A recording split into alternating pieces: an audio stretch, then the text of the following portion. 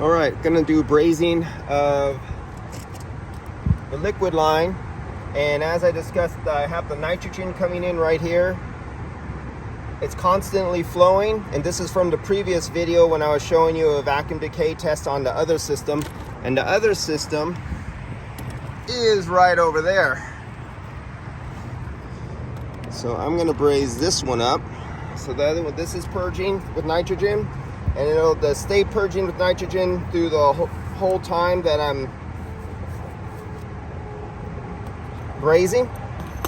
And even if I go to lunch, I'll just turn the purge down to the utmost, smallest amount of purge I possibly can, and I'll just leave it flowing.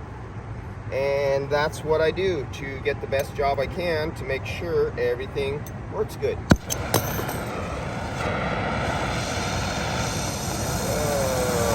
Leave a slightly oxidized flame.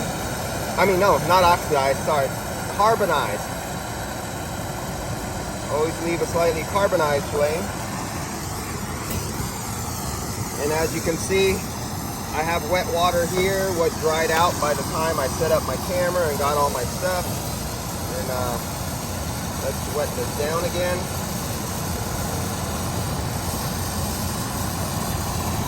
That's a sensor back there, you see. I don't want the sensor to get hot, and that. And yes, I just got water on my braise, but you know what? I have nitrogen in there. I'm going to heat up the entire pipe, and I think I'm a little too carbonized. Get it back a little bit. Let me dry off all this water. That's one thing I notice when I'm filming. I'm sometimes not too careful about what I'm doing. Okay, we're getting there. If you notice, I'm not heating up right now. I'm not heating up where I'm braising. I'm heating up the base metal right here. That's a very, very thick piece of copper pipe. That pipe that they use here is a huge heat sink, and it's very cold. And I want to get that to accept my braise too. Now I can see the temperature. Yeah, we're doing our thing here. And I just seen the silver sucked around all the way around. Now I'm gonna come up from down here, in the back, and from the back here. And did you notice where I flared, I put silver? And most guys will go, that's a total waste. Because I don't care if it's a total waste of silver.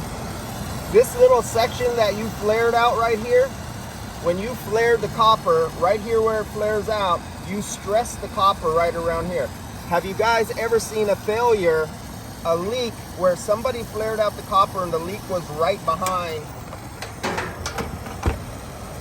The leak was right behind where they flared it. So I'm always making sure this joint never gets hot.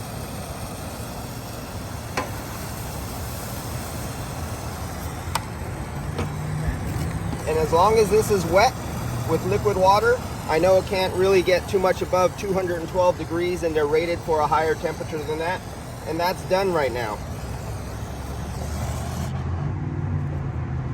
So that is it on that. I'll go back downstairs. I'll pull, as you can see, I didn't bring my refrigerant tanks up here. Not my refrigerant tanks, but you see how I have the line right here. So I don't have to carry some heavy ass tanks. I'll just call to my son, and my son will disconnect the lines, and I just pull the lines up and I walk down, only carrying a set of hoses and not a whole tank assembly, because as you've seen before, I have to walk all the way across, go down that hole, go down the ladder. I have to walk across a little rooftop. I hit a long like 12-foot ladder, go down a 12-foot ladder, then I got to go downstairs, then I walk across, then I have to go up some more stairs, up, hop up onto a roof, across, transverse across the roof, hop up again, go up another ladder, then hop up to this part, and then I'll be braising right here. And I have to carry those heavy ass tanks with me. Wouldn't you rather just carry a single hose than a set of tanks? All right, see you guys later. Let's see if we can shut this off with gloves.